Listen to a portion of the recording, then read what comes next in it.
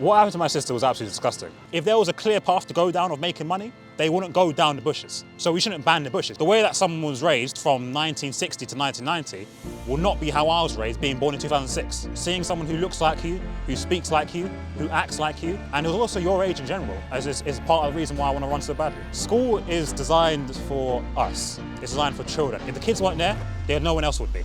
Full stop.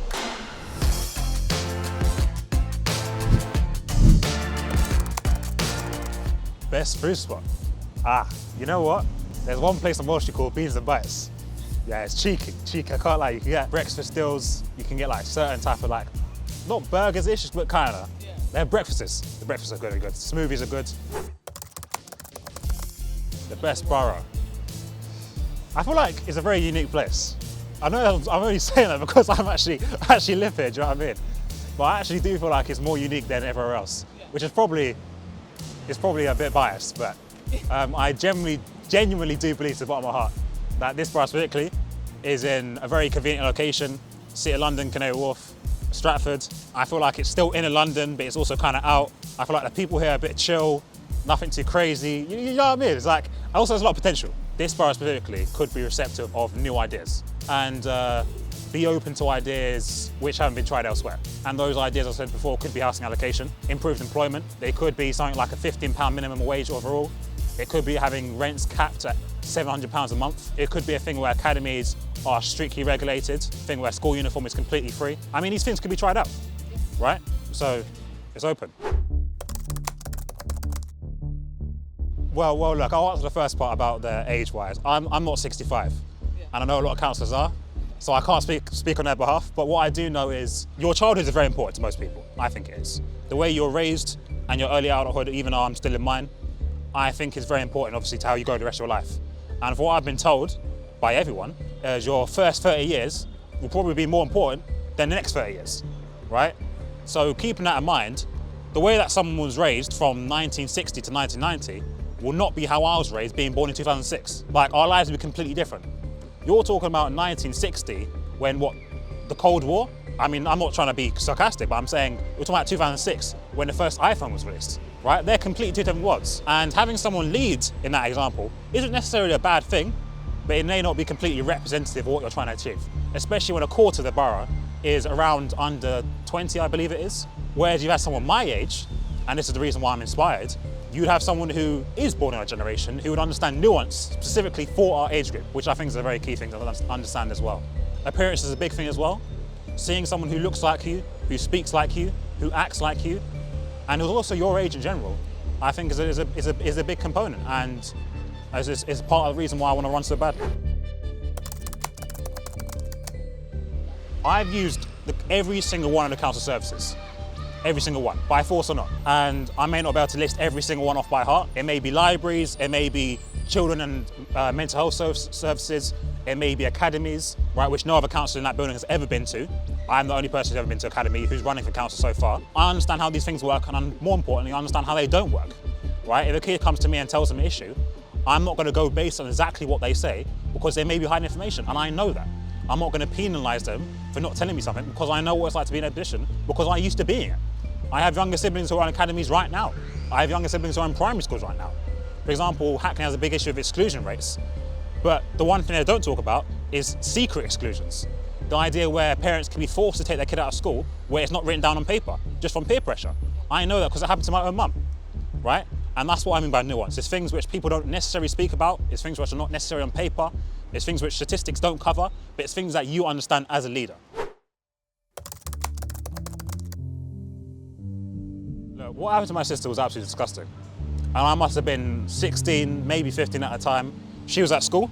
She had SEND, which she didn't have an application at the time. You need an educational healthcare plan, EHCP. She didn't have it at the time. She was in application for one. In the progress of that, the school decided to go through the process of contacting my mum several times while she was at work, to the point where she had to pick her up. And now one time, that's something. Twice, that's something, right?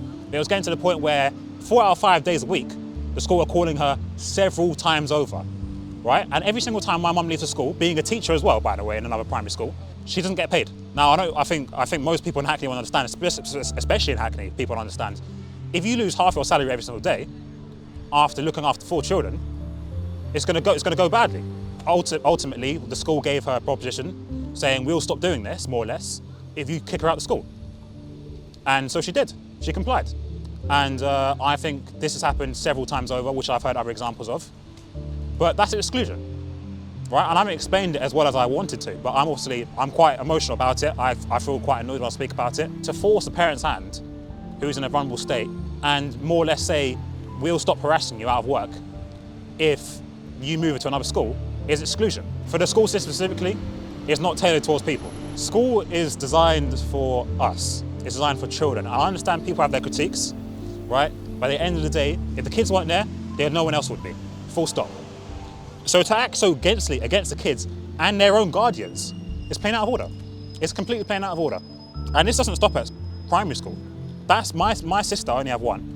She went to secondary school, I won't mention it by name, right? On her first day in transition day, she was given a detention before she even started for not bringing in headphones. And the last time I checked, it wasn't an 11-year-old girl's fault for not having headphones. There is so many different ways which that can be flawed down, and I don't want to go on a rant about it. Not being able to afford them, the fact that 11-year-olds don't go buy headphones from Argos, it's ridiculous, right? And I think that whole system in general, in terms of school education system, completely flawed. It needs great improvement. And it's something that I would 110% do as Deputy Mayor. 110%.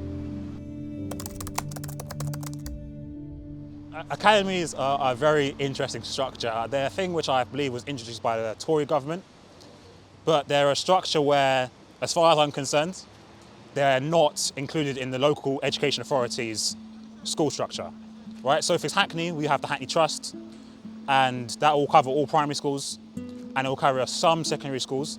However, academies are completely separate. They're entities which behave on their own. They get money funded by the council, so the council will get money from the government, and they'll pass it on to academies, but they act independently. The council cannot critique them, they cannot intervene, they cannot walk in wherever they please, and that's more or less it. And in that process, academies have been known for strictness, they've been known for abusing their power, they've been known for going after people with anxiety disorders, going after things like leather shoes, which people can't afford necessarily, being even critique about the quality of someone's socks one time. I remember when I was in the academy, with the school that I went to personally, I won't mention it by name again, a guy from outside the school shot a firework at a girl in the school and it hit her, and the staff response when she didn't want to go outside the next day was to start shouting, right? I mean, that's an honest to God story. The next day they started shouting, right? And that was the behaviour team. They've done things like kicking open doors and for bag searches halfway through lessons. I mean, this is things which I thought was normalised, right? And I thought it was normalised. When did you realise it wasn't? COVID. I think COVID disrupted all of it. And obviously before, kicking open doors was normal, kicking people out for the wrong hairstyles was normal, someone has anxiety, mental health, rah-ta-ta, one counsellor, as in for the mental health counsellor, for 1,000 people, that's fine, whatever. But COVID, when all the schools got shut down, I still had to go into school because I had my parents a key worker. I saw for the first time how different life actually is. Obviously, as all the teachers just chilled out. I was like, wait a minute. Usually guys are like bang, bang, bang, right? It was just chill. And I looked on TikTok, I was seeing other people's lives and their experiences at schools. Hairstyles don't matter. They were talking about the way that you dress doesn't really matter. You have school uniform, but they don't shout at you for certain things like that. Another thing, by the way, I didn't mention is afros were banned. We weren't allowed afros, we weren't allowed braids. And obviously you can probably imagine certain races have afros and braids more than other races. So you can see where that's going, right? And I was like, holy, insert words, right? It's like, I thought that was crazy. And only after I came back in year 10, after COVID, because I was year 9 when COVID started, I actually realised, wait a minute, this stuff is bang out of order. It's only now, after COVID, as it's progressed and people have changed as people, have I been able to see even more and look even more into how flawed that system is.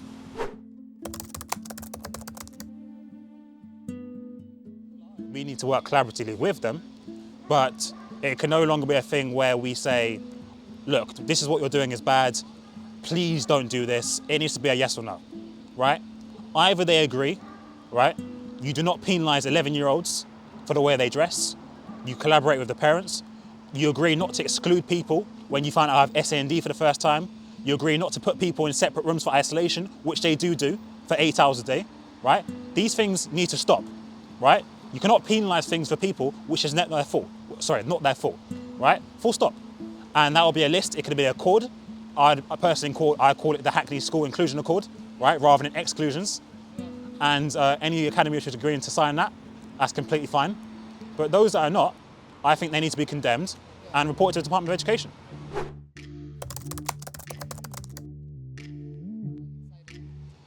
Me and Zoe complement each other well. We're very, very different people. We've been raised very differently, but we have very similar moral standpoints.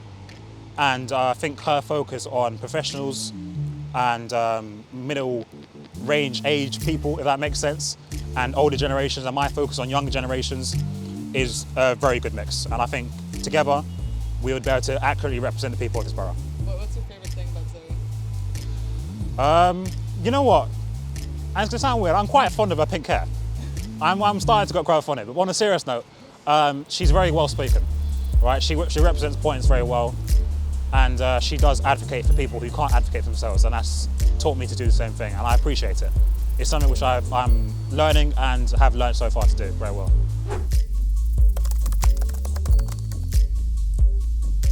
Protection. Protection is probably the best word I can use. And I say every party wishes to represent, every party may wish to advocate, but I don't think every party accurately protects the people in their constituencies or their boroughs accurately. You may listen, you may consult, but I think there's plenty of situations where there are people who are vulnerable, there's people who are open to neglect, there's people who are open to mass abuse, who you don't make certain case-by-case examples for. And that is something which I specifically think the Green Party can and does currently do. I'm not going to go around, and I know Zoe won't either, or anyone in our party, force rules just because of their party's rules on someone who's in a vulnerable state just because there are rules. Right? I think they should be highly adaptable, highly flexible, and they should be tailored to the people.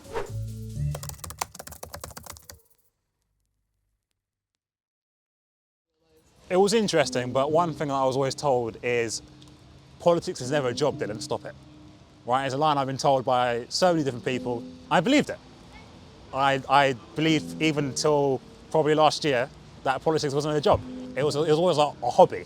I used to tell people it was a hobby because I wasn't confident enough to tell them that I was actually wanting to take it seriously. Until recently, until February this year, which is quite recent, until I spoke to Zoe and Liam, where they finally convinced me, actually, Dylan, no, take yourself seriously. The only person who's going to do it is yourself. And I was like, wait a minute. I'm not letting these guys tell me it's not a real job. Yeah. It is. I can see it before my own eyes. Yeah. I think that's what switched me. It's always a thing that I wanted to do, but that's what officially switched me to actually thinking this is real and defending myself. Yeah. Yeah. A big thing about my story, which I don't mention often, is defending myself against people who say it's not real. And it's a thing which I definitely want to do for other people who are younger than me as well, 107%, or older, yeah. Right? I know a lot of people get told that things are not real jobs, yeah. And I think that's utterly ridiculous. Yeah. When they see it for real eyes, and if I saw someone my age doing it, I would never hear the argument that's not a real job ever. I'd be like, well, he's doing it, I want to do it, done. So if I could do it for someone else, easy. That's the reason why I started. I think initially, that's a good question.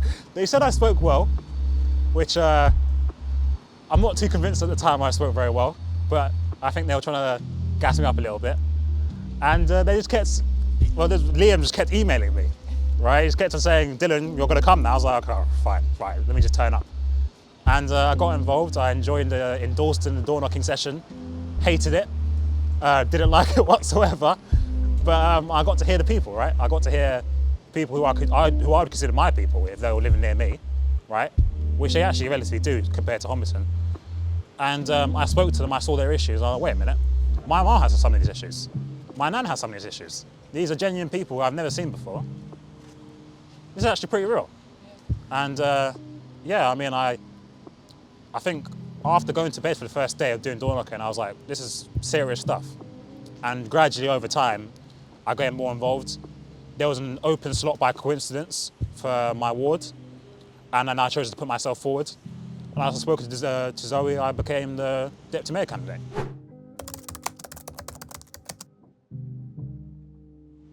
It's their borough.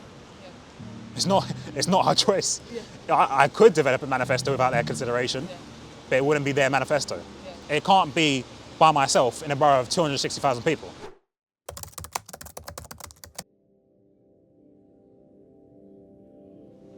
I'm not concerned about that. Hatred doesn't win long term. It's not founded off solutions, it's founded off hatred. And I don't believe even for 3 seconds that a human's natural standpoint is to live off hatred. I think people do it mainly when they're in a position of desperation. I did it when I was in a position of desperation. Even things such as gambling, you resort to solutions, well, which you think are solutions. And those things often can be very negative.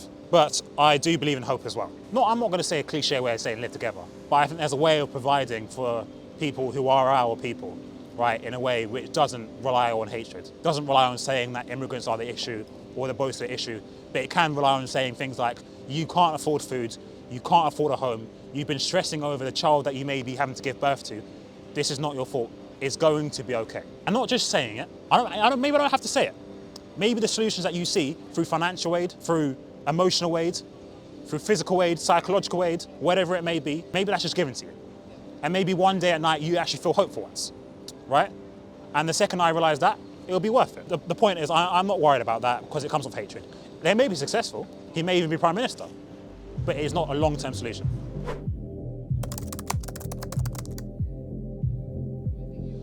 Gambling is a thing which I've done myself. I've lost thousands of pounds through gambling. I'll be honest with it, I will never lie. And it's a thing which my friends have also lost thousands of pounds from. It's a thing which I guarantee many people's children have lost several hundreds of pounds from. I know is a thing which a lot of under 24s do regularly. 8 out of 10 people that I know my age gamble. And it may not be a thing which many people speak about, but it's a thing which I know specifically in this area, widespread, at least once. I know how much damage it can do. You'll see an offer on Snapchat, Instagram, TikTok, wherever it is, where you get £50, you put £50 in, and they give you £50 back. And I was like, oh shit, I get £100, right? Which is true, you do, until you realise that you get an addiction to gambling. I'm not sure how their own casinos work, but what I do know is generally at the start you win a bit. So firstly, I won like £400 from like 100. I was like, this is the new way I'm gonna make money. Then I lost £2,000. But in terms of anti-gambling, I think that all physical locations should be closed. Sport betting I know is slightly differently, but in terms of online as well, I think for my age group it's not helpful. But I also don't believe that constant regulation is the way to go as well.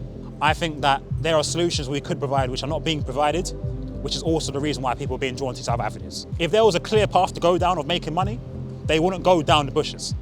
So we shouldn't ban the bushes, if you get what I'm trying to say. I think if there was an idea of employment, if there was an idea for safe employment, right, of secure or flexible employment, whatever it may be, which adapts to the people of this borough, right? It may be an office job, it may be a physical job, it may be something, it may be a key thing is the environment you work in as well, not being completely emotionally, physically, psychologically abused or verbally abused in your environment. I think people my age would go for those positions. And in turn, with affordable housing, I think people wouldn't stray towards gambling, right? So I think that's how we solve it. In addition to some regulations, such as closing physical casinos. And yeah, I think that's the way forward.